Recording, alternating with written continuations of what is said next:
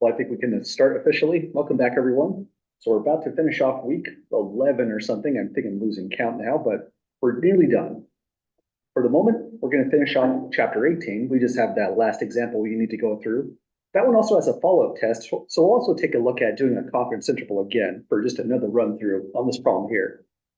Aside from that, I don't have too many other announcements. One thing I did mention on Monday's class is I'm going to try to get a little bit further ahead on exam 3 preparation. And over this weekend, I'm going to start including materials on what all the coverage is going to be. But I'm probably going to be just containing it to those 3 chapters specifically for our third exam. So we'll have plenty of time to get through chapter 19, and you'll have plenty of time to do the homework assignment and have it graded and returned, that kind of thing. Well, any other questions, folks, to start us out?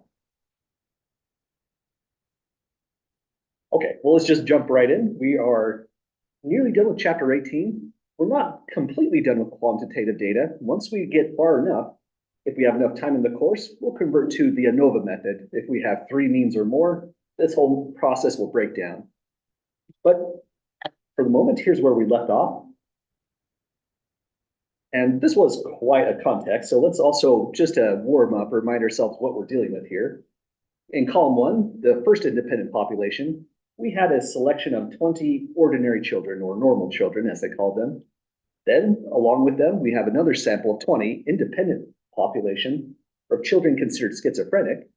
And what they did was applied the so-called thematic apperception test. I'll just call it the TAT test for short. The way they scored this test was, it was the number of stories out of 10 that exhibited a positive parent-child relationship, however that was measured or defined. I think before we get too far, we shouldn't be too hard on these children. It's not necessarily that they were making horrible stories about parent-child relationships. They might have just had other ideas of things to describe when they were taking that test. So don't interpret those lower scores as anything necessarily negative, for example. But it looks like there is a difference in the data. And so that's what we asked right here for our practical question. Very different from what we did in chapter 17 is we do have 2 independent populations, so we won't form the differences. And when you think about it, it might not even make sense. For example, there's no reason to go to any row and subtract these 2. This child here has nothing to do with that child. They probably never even saw each other. Because of that, we have to define 2 different population means. We did this several times in this section.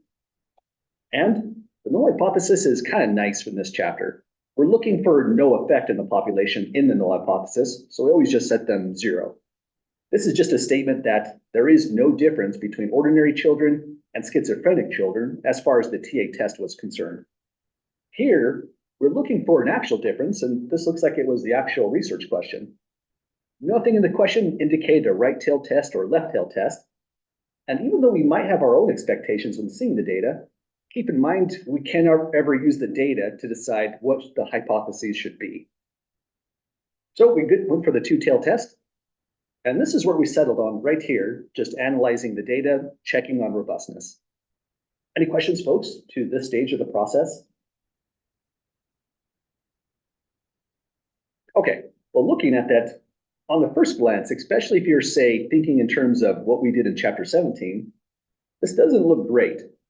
But we have a couple things to our advantage. We can say here,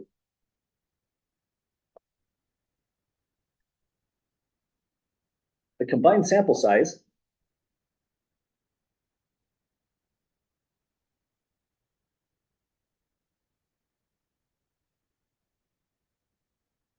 is N1 plus N2.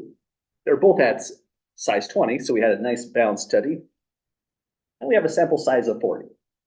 So we still need to say what's going on with these 2 distributions. Let's mention here that both TAT score distributions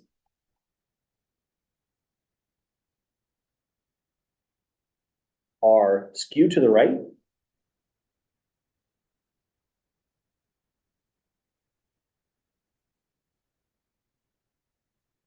with an outlier. You could say suspected outlier if we're just not too sure, say, for this one. One thing you could try to do is put it into a box plot that will use the 1.5 IQR rule of thumb, and that's the downside. It is just a rule of thumb. It's not the final decider if it's an outlier or not. Other things you could do is draw a shape. If something's skewed to the right, the shape typically looks about like that. And on this first graph, it feels like this one is not as bad as that one. I would say that we definitely are looking at a couple suspected outliers. This one's pretty far away from the group. But I wouldn't call them an influential outlier. An influential outlier would be if this one, for example, was several notches to the right. Now we have a really, really serious problem. If there's just a couple gaps or a single gap, these are potentially an outlier, but they're mild ones that we're dealing with in these data. So with all that said, we have to make a decision on this, whether the robustness conditions are met or not. So we'll scroll up and take a look at our situation. It's not too far up here. We're in this bullet point for a large sample. I mean, we barely made it. We're right at 40. So this looks like another one of those studies where people might argue one way or another on it. But it says here for the large samples, T procedures can be used even for clearly skewed distributions when the combined sample sizes are large enough. So the skew is not too much of a problem for our combined sample size. The story gets even better. Our procedure has extra robustness over chapter 17, as long as the distributions have the same shapes. And they did, they're both skewed to the right. So even though we're kind of borderline in the sample size, this is actually not too terrible looking data. Sample sizes are just large enough for us to say robustness conditions would be met for these data. So let's say that here. The robustness conditions are met.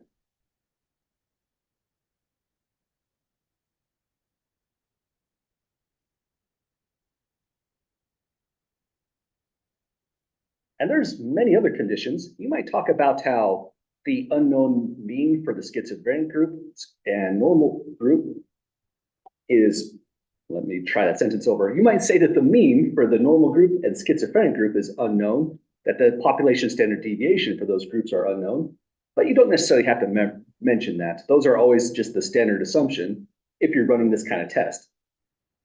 Other things you might want to mention are, was the data even random? That's a hard one for us as well. We just have to go based off what they tell us. I don't think there was any information on randomization. So what you might say, just to tie this off, to give an overall conclusion, provided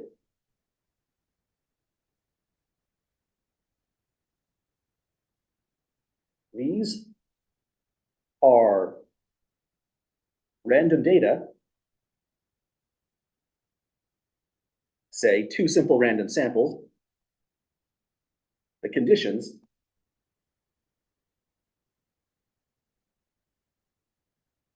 are met. So we can proceed and start working through the necessary computations. Any questions, folks, about the robustness situation on this one? Okay, I feel like these are always very, very tricky. And there's a couple of reasons for that. It's pretty much a qualitative analysis. And it gets even worse. The way we're studying statistics is from a wide enough audience as possible. We're pulling in lots of disciplines. Our author himself is not just concerned about the biological sciences, but once you start to specialize, say, business statistics, psychology statistics, engineering statistics, they all have a little bit better rules of thumb of what is allowable in that industry or in that discipline. But for us, it's a little foggy because we're kind of outsiders looking in for the moment before we go into a specialized statistical discipline. But now here's the fun part. We did do computations from scratch, but if you have random data, or excuse me, the raw data like this, it's best to just import it to RStudio and run t.test. It can handle everything, even if there's one sample, two samples, whether you want a hypothesis test, confidence interval, or both, t.test does it all. So let's run that procedure. Oh, that's not the button I wanted. Let me try again. So here's the syntax we use just to get the histograms out. I want to mention that's definitely optional. And if you did run that, you do have to unrun it, turn it back to 1 by 1, so you get no longer side-by-side displays. So it's kind of annoying in its own way. But the next thing we're going to do is, well, I have to import the data again. RStudio does not save that, so let me quickly get that in.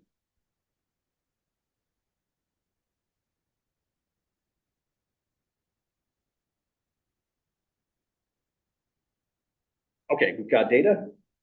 Let's run all this just to make sure everything is still running. Okay, it looks like it worked. And here's the big thing we want to do for part 2. Hit t.test. And next thing you do is go up here where you stored your data. We'll put in normal, comma, skits. Next thing you want to do is state the value for the mean. There are defaults for this, but when we're learning t.test function, it's a good idea to just be explicit with everything. Just in case something changes, we'll be better aware of it.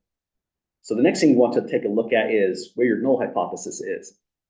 From there, set mu equals 0. That's what you would always do in chapter 18, but in chapter 17, you often have to change that value from down here. Next, we have a two-sided alternative, so a two-tailed test. Here we would write alternative. Just let RStudio select it for us. And it's always a good idea to pause here for a bit, because I forget this stuff a lot, but I don't know if you noticed, I remind myself by just reading this and recalling, oh yeah, it goes two-sided. So that's pretty much what I would do. It's a two-tailed test, so two-sided. And that's the right syntax so far. Well, we've got it, folks. One thing we'll do extra here, just looking ahead in this problem, is we're going to do a follow-up analysis providing a confidence interval. That whenever we do that, we have to be specific on which confidence interval we're actually providing. It's not necessarily going to be a 99%, 95, or 90% confidence interval, because it completely depends on what you did right here. We, as a class, selected, I think we did, a significance level at 0.05, and that means our confidence level for the follow-up analysis must be 95%. So significance plus confidence as a percentages must be 100%. So we'll go down here and put in conf and just let RStudio do the rest. That's the confidence level for the interval, 0.95. That should do just about everything for us. Let's put in this really important remark right here.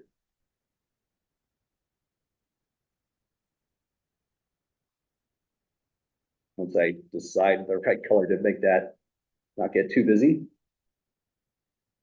Let's see, for a follow-up analysis,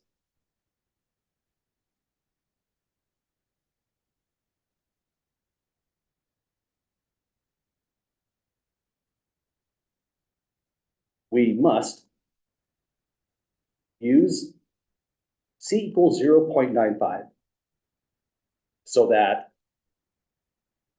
alpha plus C as a percentage, 100%, or as a decimal should be exactly 1. I'll go with the decimal version this time. So that's the one thing that we have to be really careful about. But now down here, RStudio has done all of the work for us, and here's our results. We have a test statistic at 2.662 degrees of freedom. We expect them to be non-integer since we're using not your ordinary test. The full name of this procedure that our author is actually describing is the Welsh two-sample t-test. This one has the massive advantage of never assuming equal variances. And so this is the most general, widely applicable test that you could use. Our p-value is significant since we define a 5% level of significance in this problem. And so sometimes it's kind of confusing what you would even put down in here. You definitely don't want to carry all of that in and drop it in. If your analysis is just for the hypothesis test, really, this is the line you want right here. We did it, folks. That's the hypothesis test now completely cranked out. And if you'd like, you could just write these in or type them in yourself. We can put in a screenshot. Any of that kind of stuff is just fine. And I should probably put it in the right spot. That's the conclusion.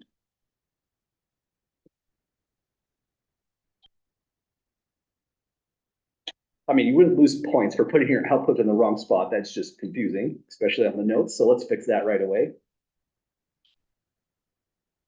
And that's the complete work on part 2 right here. Any questions at all, folks, on making that happen through RStudio? Okay, before I forget, since I've been getting into a weird pattern of forgetting to do this, let me put in the syntax right away.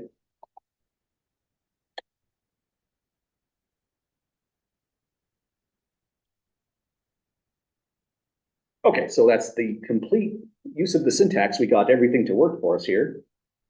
Now back to this problem. For the practical conclusion, where you want to take a look at is right exactly here.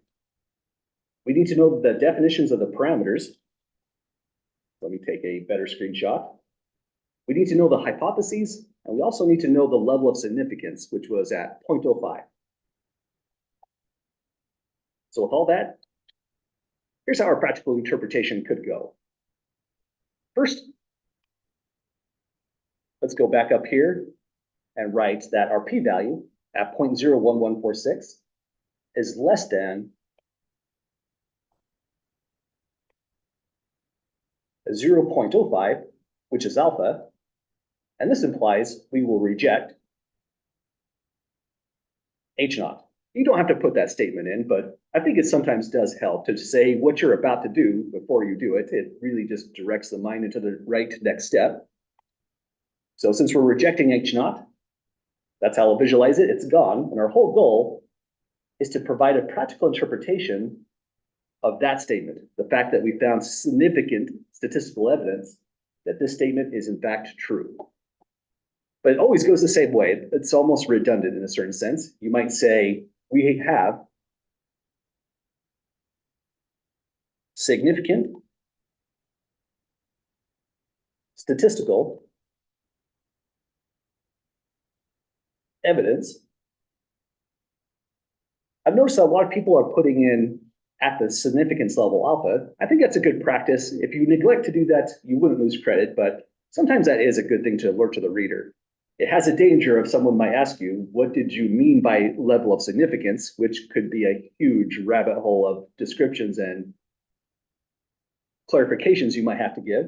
But let's put it here anyways.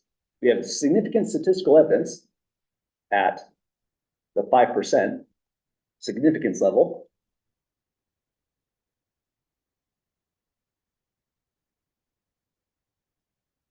That, and that arrow is starting to get out of too much in the way. Now, we have to write a pretty long sentence here. We have evidence that this difference is unequal, that mu1 is not equal to mu2, in other words. Those parameter values denoted the mean score for TAT for positive parent-child relationships.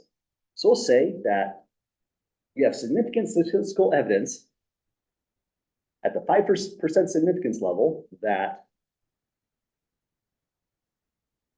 the average, or we could say mean here, TAT score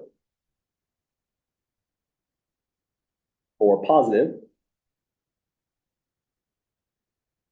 parent-child relationships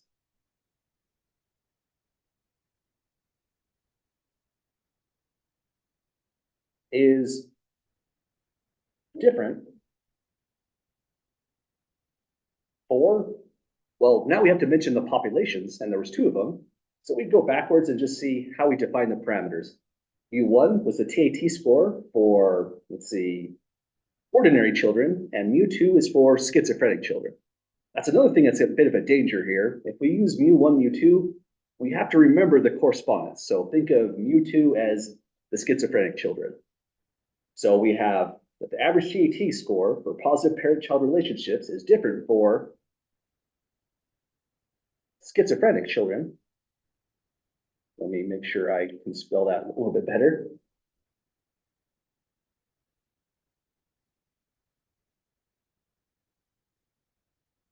Versus,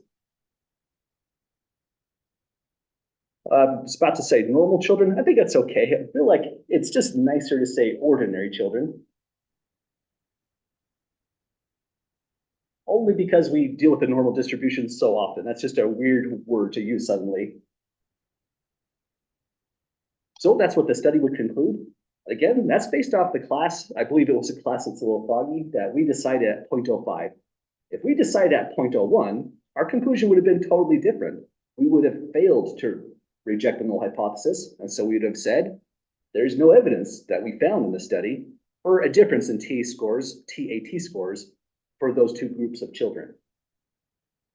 But going with that level of significance, that would be our conclusion. Any questions, folks, with that work there? Okay, one last thing to do. We want now a follow-up analysis. Now, why would we ever want to do this?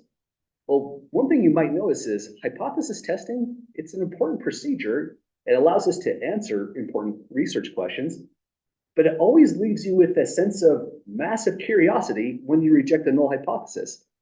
This conclusion says we found a difference, but we never specified the nature of the difference. Who scored higher? Probably the ordinary children looking at the data, but by how much? We never even said that here. So a hypothesis test completely on its own is sometimes a sort of a weird deal. If you didn't do anything further, someone's going to ask you about the nature of the difference, and you're probably going to have to do this work eventually. So that's why t-dot test always outputs a confidence interval. It's expecting that you want it, even if you're doing just a hypothesis test. And there's our confidence interval.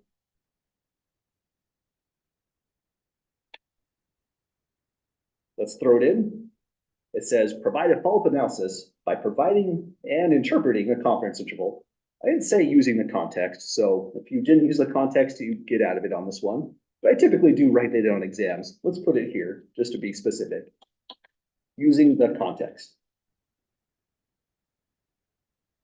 That was an omission, so let's put that in red.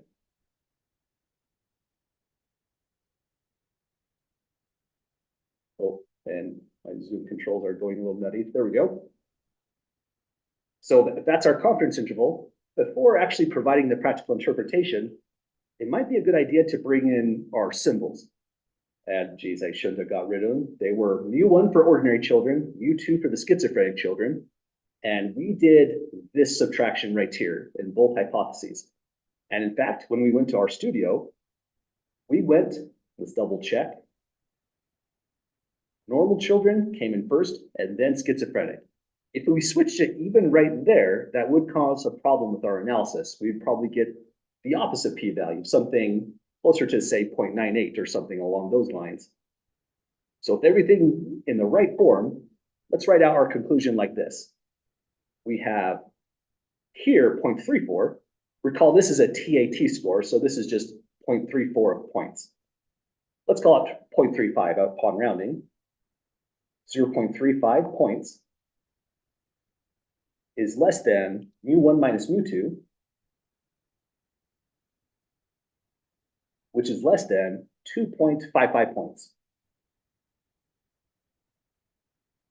This problem is kind of turning into almost a cell of, sometimes it really is a good idea to call this mu-n for mean of normal children, mu-s for mean of schizophrenic children, because it's really easy actually to forget which ones we set as we go through the problem, and that could cause an issue with the analysis.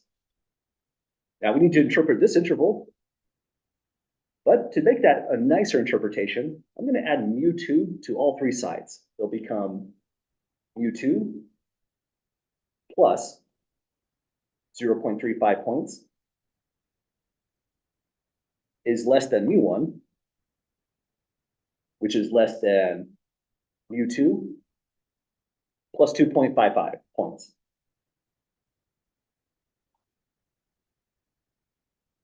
Then from here, we've pretty much got it, folks. We just need to write out another long statement. Any questions at all so far?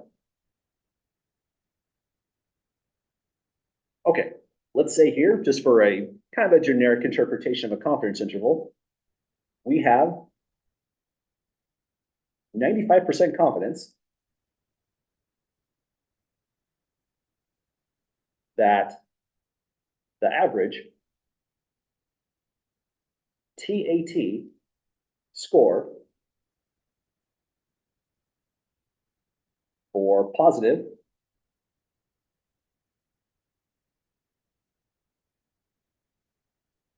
parent-child relationships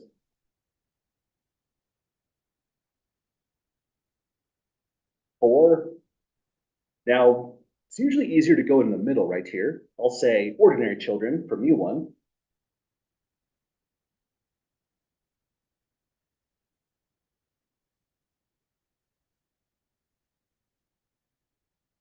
Then we can say is from 0.35 points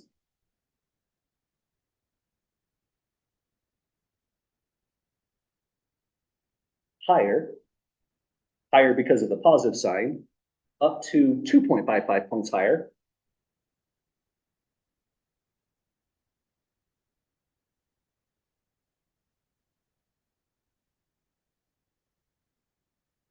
Than the score for schizophrenic children. But that's a hard word to spell out of a sudden. Schizophrenic children.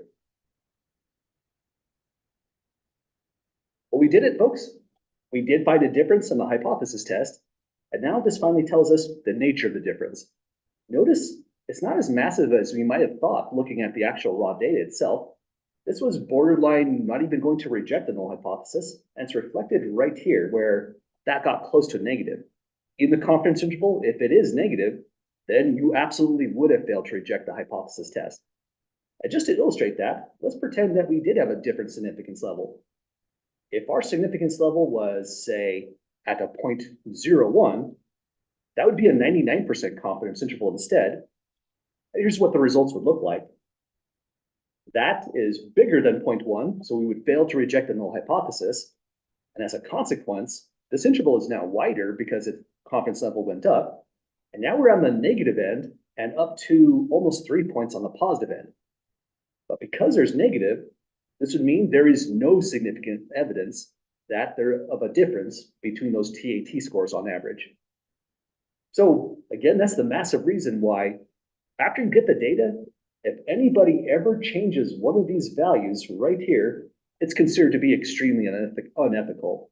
In fact, oftentimes, if you're trying to get funding for a project that you need to get, say, money from the government, usually you put out a huge proposal, and then they look at everything you're about to do and then start funding you.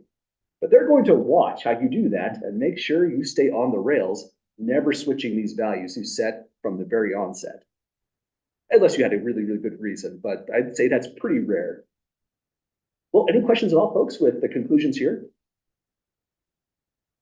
Well, we did it. That's our massive hypothesis test for really doing quite a lot all at once. Maybe the last thing to take away from this is this test is actually really pretty amazing because when this test is used, you're reducing the number of p-values altogether.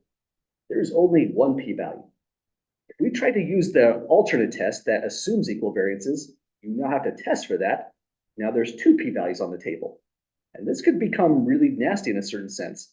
In fact, there's actually a test for normality. You can do a hypothesis test. Famous one is called the Shapiro-Wilks test. Then look at your data and just give out a p-value, whether your data is normally distributed or not. But now you have three p-values, one for normality, one for equal variances, and one for the test. That means you have three opportunities of a type 1 error, three opportunities of a type 2 error, and your analysis starts to get extremely shaky and convoluted. In statistical methods, the best thing to do is find one test that can do all the operations you want and give you a minimal set of p-values. So that's the reason why our author and even RStudio defaults to this test all of the time. But enough of that. Let's now take a look at a different set of data. This is our conclusion to chapter 18. And now in chapter 19, we're making a pretty wild switch. Oh geez, let's hope that recovers. If we ever lose anything here, let me know and I'll be sure to bring it back. But let me just try saving this again. Sometimes it really works hard with all this digital ink we put on there. There we go. You can tell it's struggling. There it is. And maybe if I close this one, it'll run a little bit better. Okay, so now finally we're in chapter 19. Here we're going to start taking a look at categorical data, and we have several things we can do with chapter 19. Think of chapter 19 as the analog to chapter 17. We're going to be looking at one proportion. Then in chapter 20, it'll be the analog of chapter 18. We'll consider two proportions. So starting off with chapter 19, really what we need to do first is take a look at the central limit theorem. This is the portion of the reading that I said was safe to skip when we were way back in chapter 13. Instead of going back to chapter 13, I just included that material right here on the chapter 19 notes. First thing we've got is just a reminder of what the central limit theorem is doing. we're going to retune it to work for proportions. So it's good to see how it worked for the means in the first place. So it says if you have a simple random sample from any population, as long as it has a finite mean mu, a finite standard deviation sigma, then your statistic will be distributed this way normally. Now, there's a lot of things you can do if your data is categorical. You can start working with the binomial distribution, working with proportions. And this whole statement can now work with that statistic right there. That's going to be our next Church limit theorem. But first, let's take a really close look at our data. It says, suppose we gather a simple random sample, size n, once again, but now we're dealing with a categorical variable with two categories. I don't know why I put extra space there. Let's take that out. This portion in yellow is really the reason why you'd be using chapter 19. And because there's only two categories, mathematically, we like to think of them as being successes or failures. That is kind of a weird thing to say, because sometimes the thing that's considered a success is not a nice thing you want to call a success. It's just the thing you're mostly interested in the study. In fact, we've seen this before. Let's take a look at an old problem just to get a feel for what all we're saying right here. So let's go back to, I think this is like week 1. In chapter 1,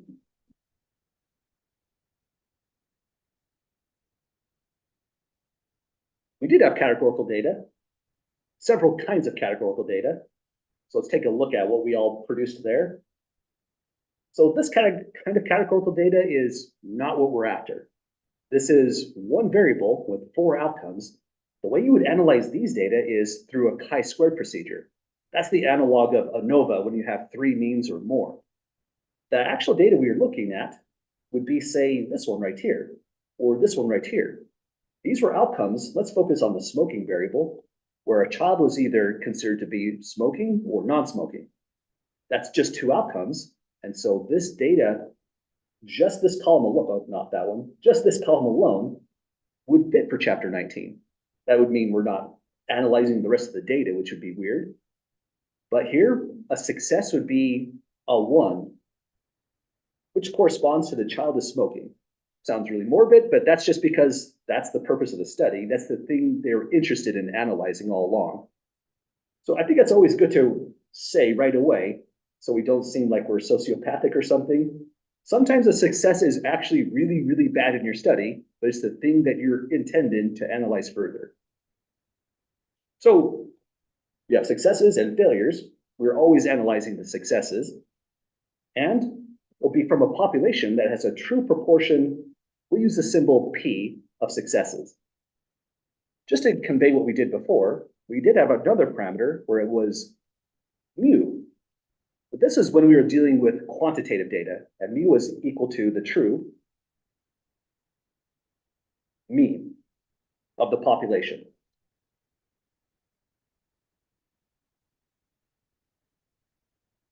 So now this thing right here, P, it's a whole new parameter, but it's for the categorical situation. And it's often going to be referred to as the unknown parameter. This is the new thing we're going to start defining when we get going with confidence intervals, hypothesis tests. It's definitely unknown. If we knew its value, there'd be no reason to do statistics. It'd be like the census that's being taken if we know that value. So our goal is to estimate it. And just like before, we use a statistic. Back above, the statistic was X bar.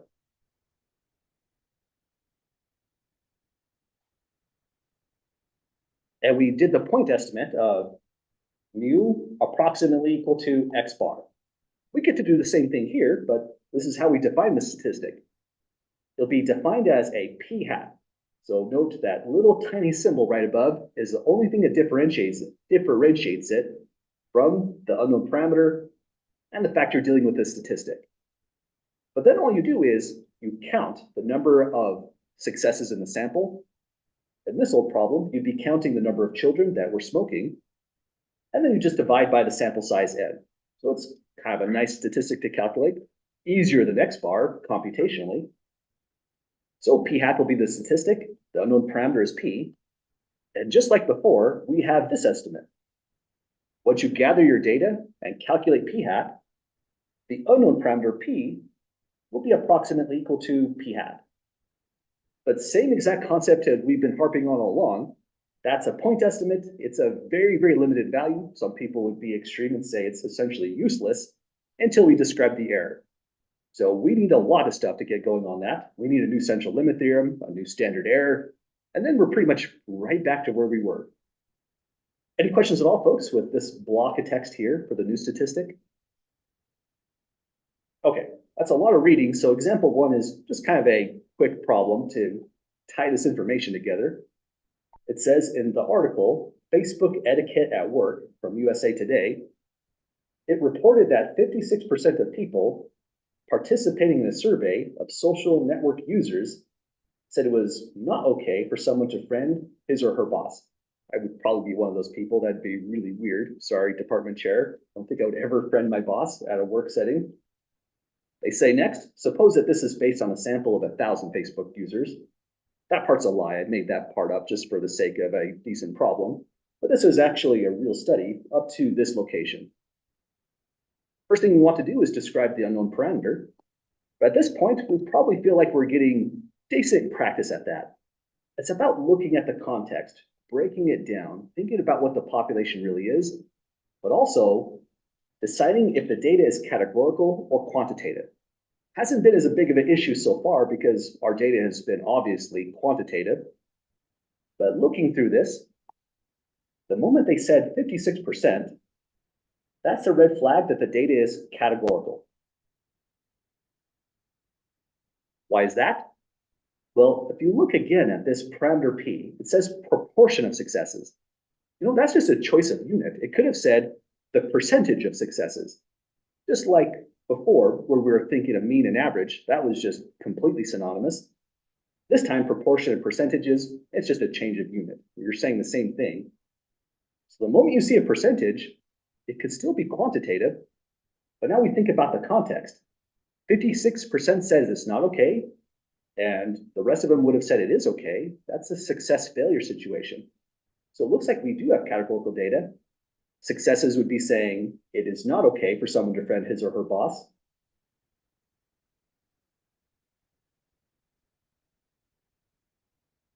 So this is the success in this analysis. Sometimes that's kind of the hardest thing about these kinds of problems. When you see these write-ups, it's not always immediately clear if we're dealing with quantitative or categorical data. But does that make sense to folks on the decision for this one? Okay, now that we know it's going to be categorical, well, let me fix that. This is no fixing that. The symbol we have to use is P when it says unknown parameter. Only reason is, again, mu is talking about an average, but we're not dealing with averages at all. We're dealing with percentages or proportions. So P will be equal to the true. And we have to say this part right here. We can't say average, we could lose credit. We must say proportion or percentage is just fine as well. I'll leave that completely up to you.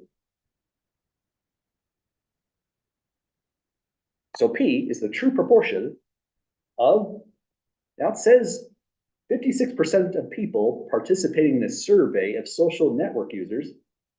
Seems to imply that's the population, yet the article seems to imply it's only Facebook users. This one's kind of a confusing one to really break down. I'll just go with what they said here, but I would never grade this one kind of hard. It's kind of ambiguous what the real population was. So I'll just say the true proportion of all social network users, that's a pretty big population. We'd have to define that a little bit better.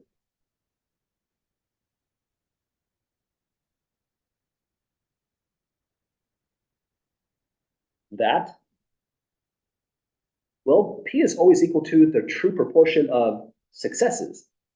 The moment we decided that this is the success, the interesting thing about the study, we finish off the statement by saying true proportion of all social network users that say it is not okay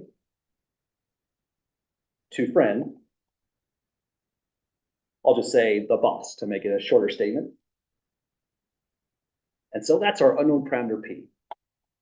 Now, this is really kind of confusing in a certain sense.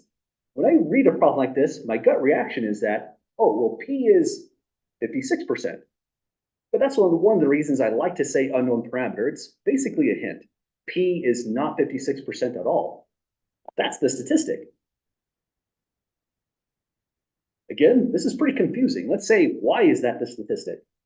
It says the article, Facebook Etiquette, reported that 56% of people participating in a survey. And right there is telling us, well, to get that survey, they took a sample. That 56% is based off sample data. All they did was throw successes in the numerator, divide by the sample size. I'm not sure what it was, so I made it up at 1,000 just so we could do the problem. So that right there, the 56%, is the statistic, only because they told us it came from a survey, not from all social network users. So we'll just come down here and say, p hat. It's a good idea to write the symbol, even though you get full credit just by saying 56%. The more you write the symbol, the more we're going to see where it goes when we start using the formulas down in the notes. P hat is 0.56. It's okay if you write it as a percentage, but let's put a comment right here. It's probably a better practice to write it in as a decimal, even if the problem gave a percentage. And this is the reason. In formulas, this must be in decimal form. That's one thing to watch out for with these kinds of problems. Any questions, folks, to that stage? Okay, and last takeaway, sometimes you do get real problems that look like this, where they don't tell you the number of successes. We have to infer it from what was provided. And so this is a common question, well, maybe not common, sort of niche, but it does come up here and there throughout our work. How many successes are in the sample? Well, what you can do is go back up to this equation. P hat is equal to x divided by n. Now recall, x is going to be the count of the number of successes. So we have an automatic formula. We can say that this is equivalent to saying x equals n times p hat. And that's the formula that will give us number of successes. And you'll see a lot of this stuff right here. Sometimes it's an n times p hat, sometimes it's an n times p, sometimes it's an n times p naught. We'll see a lot of differences. In this problem, sample size was at 1,000, so we'll throw that in. P hat, that's the 0.56 as a statistic. And so altogether, this comes out as 560 successes. Well, that's the run through with this definition here for pretty much not the most major example in the world, but a good example to get started with categorical data. Any questions or additional comments folks have with this problem here? Okay, now I think we're about ready for the central limit theorem. Our author does some great descriptions on why this theorem is plausible. When we did this in chapter 13 for here, we did a simulation. I thought that was an important one to do, but since we see about how a central limit theorem will work, I decided to just state it this time. Here is the central limit theorem for sample proportions. Let's highlight that. Not your ordinary central limit theorem. It says, gather a simple random sample of size n from a population that has population proportion of successes p. Right here, we're insisting that we're dealing with categorical data. Because we mentioned successes, only 2 outcomes. The sampling distribution of the statistic. This is what a central limit theorem is all about. How is the sample mean x bar distributed? And now we're answering the question, how is the statistic p hat distributed? Well, it'll be distributed this way. Note the kind of welcome return of the normal distribution. So we'll be doing some normal computations in chapters 19 and 20 as a consequence. And the moment we said the population proportion of success is p, something kind of magical happens here. P goes here. We kind of expect that, but it also goes here and here. That means we will never have the use of the t distribution. This is a 1-parameter family of distributions. There's no mu and sigma, only p. This has a lot of weird consequences, and so some of our formulas are going to look strange as we go from chapter 19 and 20. It's all because of this right here. Let's kind of highlight that issue and say, this is a one parameter description, just P. So that's wonderful. Well, it says it's approximately distributed that way. So we need to know when is the approximation worth its while. And this is how our author defines it. Just like how we took n times p hat, this was 550 successes in the sample. So the real count of successes after you analyze all the data. But down here, it's a little bit different, and this is similar to hypothesis testing. The thing that's really tricky about this is it says expected number of successes and expected number of failures. That means we're not talking about successes nor failures in the sample at all. And that's really kind of strange. If we're dealing with a confidence interval, we need successes in the sample to determine if central limit theorem is working. But if we're doing hypothesis testing, we don't care about what happened in the sample. We're just trying to decide how reasonable is the data we found in our sample with the statement of the null hypothesis. And that's why we're looking at the expected number of successes and failures when the null hypothesis is actually true. That means we assume a value for p here, here, and here, and we just need those quantities to exceed 10. It's a lot of information so far, but any questions, folks, about that at the moment? Okay, we'll restate these kinds of things when we get to hypothesis testing and this issue with the confidence interval. But let's do something kind of unusual. Let's just scroll through here just for a moment. I want to point you around to how these conditions change. So let's just keep on scrolling through these walls of text. If you're doing a confidence interval, you want to find that there are, in the sample, this many successes and this many failures. That counts the successes, and as a formula, that counts the failures. And notice that's larger than 10. If we're doing this confidence interval, we have less reliability on that estimate, and so we bump the sample size up a little bit further. This is why it's called a large sample confidence interval. It requires n to be greater than or equal to 30. If you have a sample size of 29, this one is immediately just off the table, kind of unfortunate. So that statement right there is extremely tricky when we go through the procedures. Now, if we're doing a hypothesis test, then that's where the information from the central limit theorem comes right back. We are looking at expected number of successes and failures when the null hypothesis is true. And that's why you see a P naught right here. We grab the value from H naught, the null hypothesis, and so P equals P naught right there. It's the same benchmark we need for the central limit theorem, since now we're assuming a lot. If you assume the null hypothesis is true, you've assumed a value for the mean right here and the standard deviation all at the same time.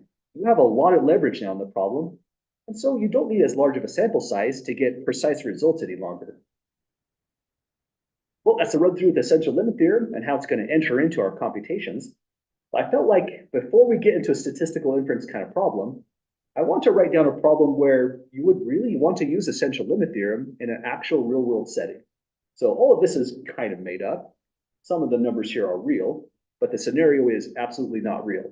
This is just what could happen if you are really using central limit theorem in industry, for example. So the context starts off with Chantix. It's a medication prescribed for smoking cessation, quitting smoking. It says it targets nicotine receptors in the brain. And I've heard from other people's personal experience, that could be really weird. It could change your mood, have temporary blindness. It has amazing consequences for side effects. But here's where the problem starts. It's a bit of role playing. So assume you're part of a research team. Say you're the lead on that team. And you're tasked with evaluating the efficacy of Chantix.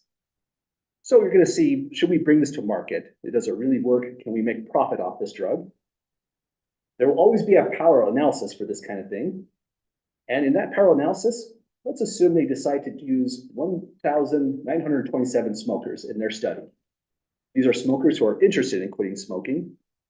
So that's an interesting statement right there. And that's a real sample size they used for this study when they were bringing that drug to the market. Now, this is really, really high stakes. A whole lot of money, millions of dollars goes into research and development of these kinds of drugs. And so the drug manufacturer, Pfizer, is not going to be satisfied with just a power analysis and release us with a sample size of 1927. They're going to come back to you as the lead researcher on this and ask other questions. It says here, before selecting the sample of 1927 smokers, this would be done before selecting the sample because that's expensive to do that such a large sample size.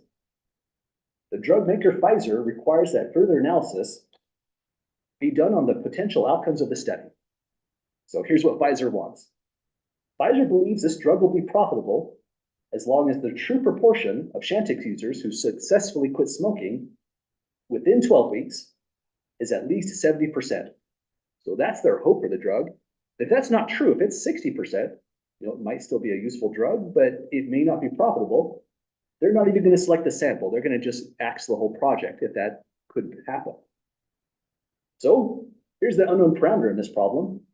P will be the true proportion of Chantix users that will successfully quit smoking within 12 weeks.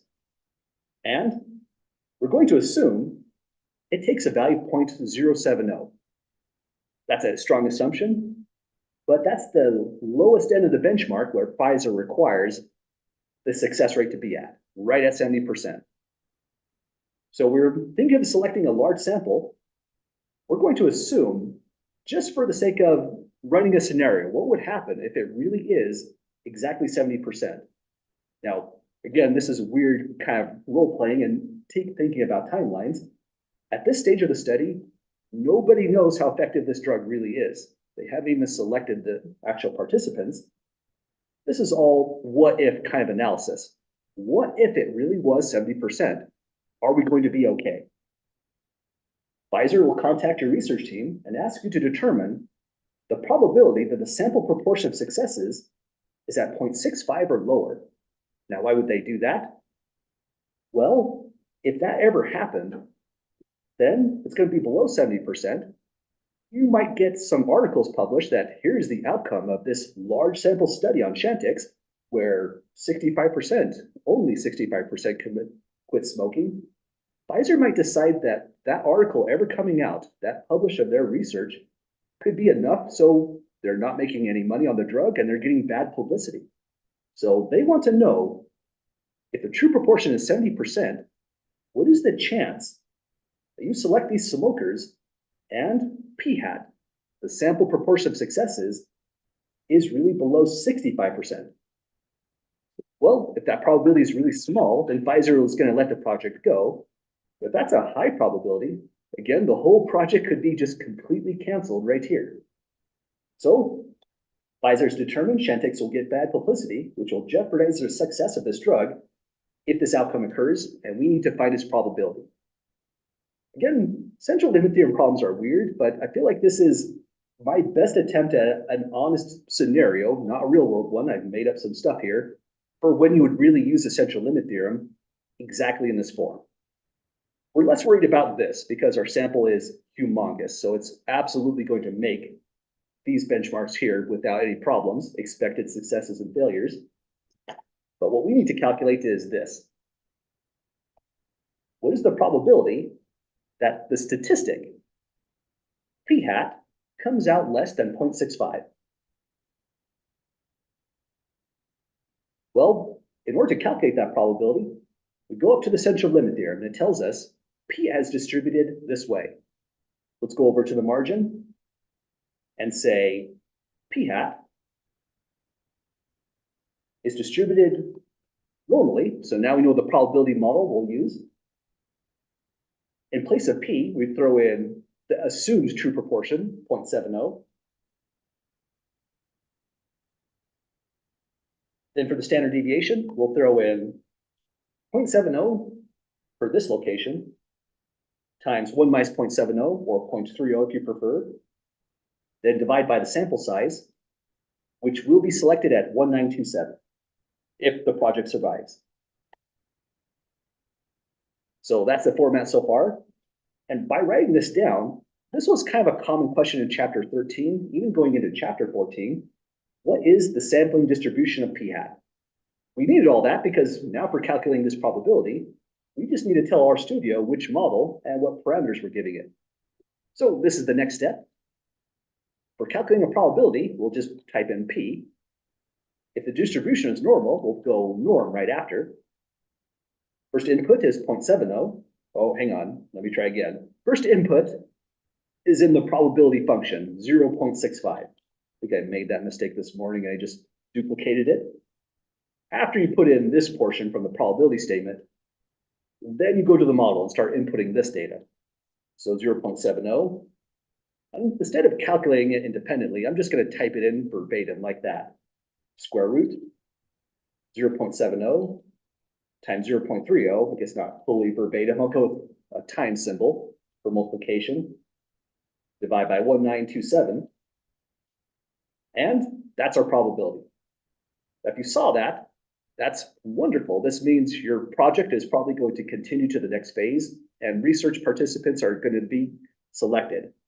Because that's now an exponential notation. This is essentially probability 0. So for these kinds of studies, Pfizer has identified a worst case scenario that's still acceptable. And they asked us, what's the probability that the sample data came out even worse? Very low probability, 8.35.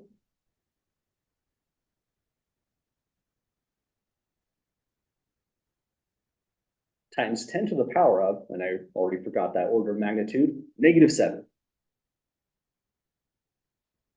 We did it, folks. That's our probability here. And that would be the conclusion of the problem. But just to add a little bit more, since this is a very small chance of the sample successes being less than 65%, this study can continue. These kinds of statistical studies in pharmacology are ruthless, but that's the kind of things you have to do to make it completely take a drug to market. One thing that could have happened is maybe the person that contacted you from Pfizer was more paranoid, and instead of 65%, they could have put in 68%, something along those lines. That was the question that time. That is possibly an issue. They're going to now have to do other analysis of how much money could we stand to lose, because although that's a small probability, it's not like this one. There is a chance, maybe 3 times out of 100, that you select this many participants and the sample proportion of successes really is low, lower than 70%. So in that reality, we might have had the whole study canceled. Even if the probability was small, they might get back to us on Friday and just make the decision. Well, any questions at all, folks, with running through that central limit theorem and seeing how it works?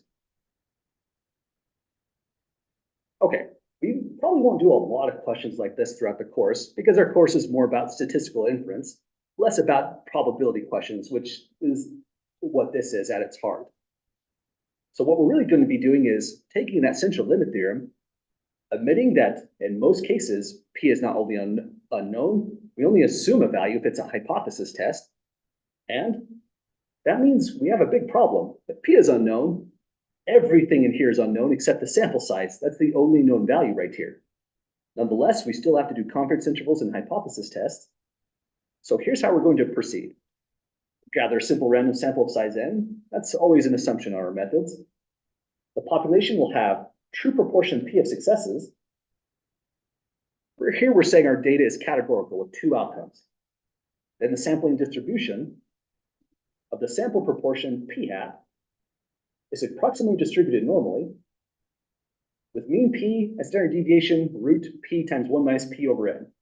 Really, that's just this as a sentence, is what this is all saying. But our goal is to estimate P, which is unknown.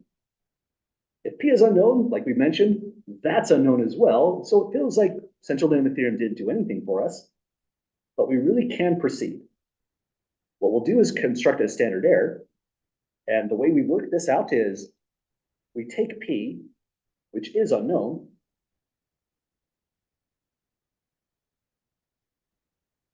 but can be approximated by P hat. So to get the standard error, you're going to need the actual data because we need to calculate P hat. So in other words, P is approximately equal to P hat. And this implies the square root of P times 1 minus P over N will also be approximately equal to the square root of, in place of P, we just throw in our approximation. So P hat, 1 minus P hat, then divide by the total sample size of N. And this is what we'll call the standard error. We'll refer to it as SE in symbols. Completely fine to just leave it like that, SE.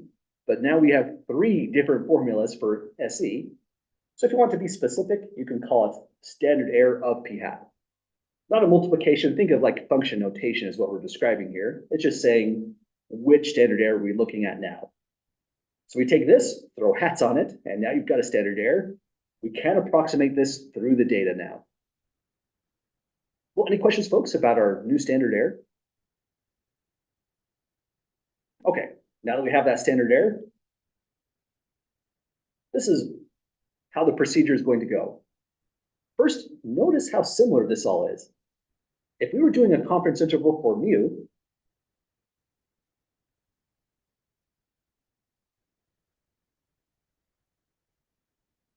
what we would have done is taken the point estimate, x bar, that estimates the unknown parameter mu. We would add and subtract, I want to say t star because we're thinking chapter 17 at this point, or chapter 18. 17 if it's just one mean. Then we multiply by the standard error of x bar. Here that formula was kind of nice. SE for standard error x bar was just S, the sample standard deviation, over the square root of N. So we take this format, come down here, and it's kind of the same stuff. Change the point estimate from x bar to P hat. Instead of a t star, we're reusing z star because we have a one parameter description for our distribution.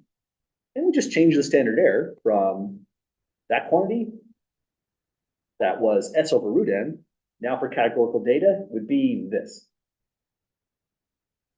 And it gets even better.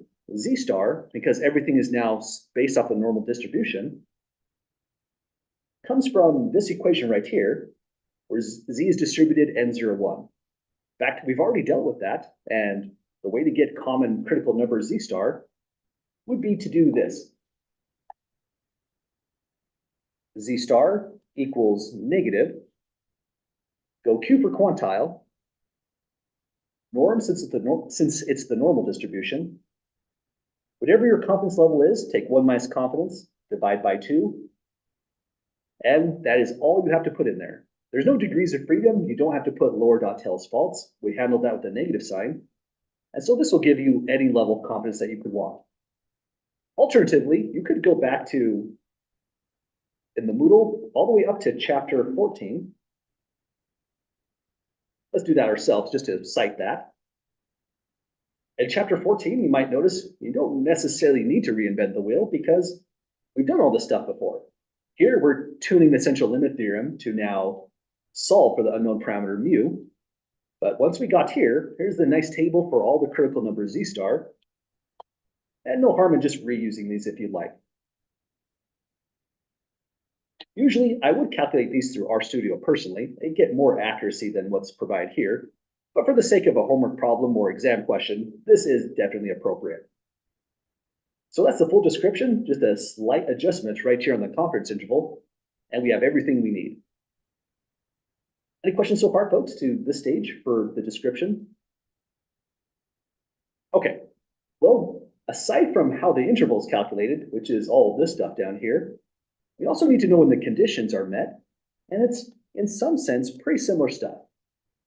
For part 1, There's not a lot we can do here. So the typical advice is to just briefly discuss. Sometimes we might say it was provided that these data came from a simple random sample. Other times we have no idea. They just didn't give us that description. Here, this is the robustness condition.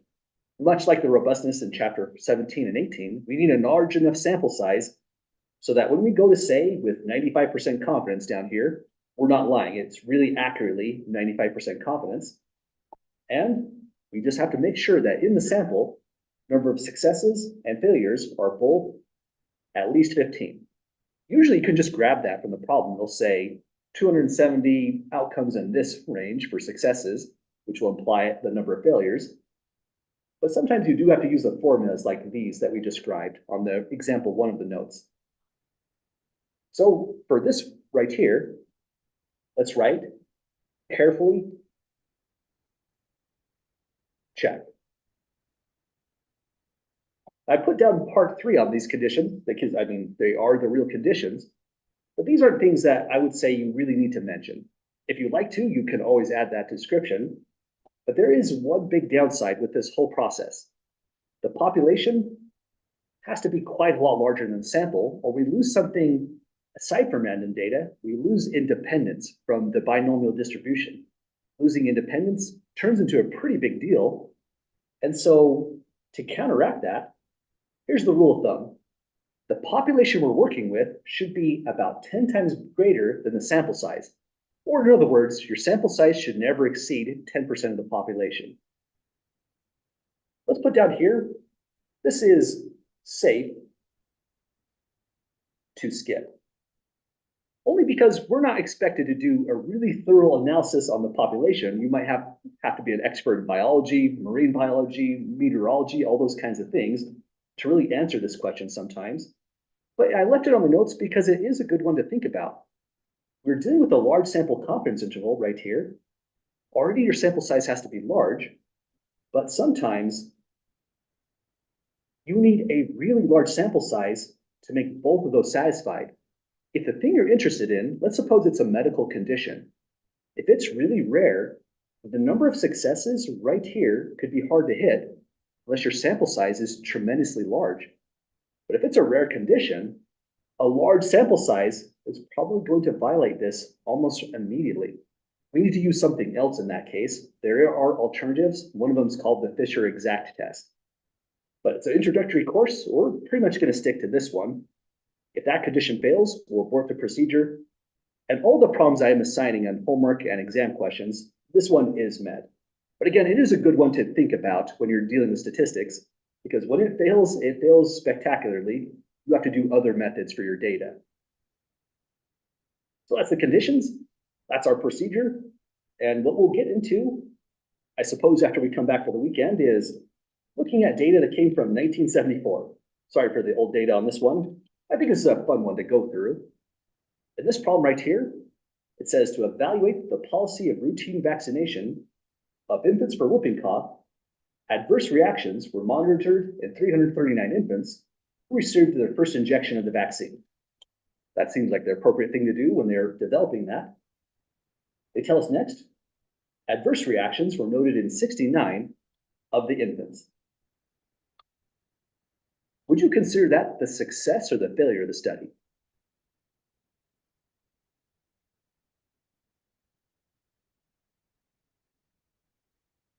I almost don't want to say it, it almost seems wrong, but those are the successes. The 69 infants that were suffering after their injection, I don't know what they qualified as an adverse reaction. I'd have to look into that study, but that's the successes in the problem. From seeing this already, we have 69 successes. And that means we're dealing with categorical data with just 2 outcomes. Either they had an adverse reaction or they did not. So we'll take a look at this problem, analyze it top to bottom when we return back from the weekend. But any other questions, folks, before we call it a night? Okay, well, the punchline to this is pretty much all you've got to do is p hat plus or minus z star times standard error, and you're on your way with this thing. So after getting through chapters 14, 15, 17, and 18, a lot of people have remarked that this is suddenly not too bad. I think we're going to kind of the nicer part of the course. But have a great day, folks, and I'll see you all on Monday's class.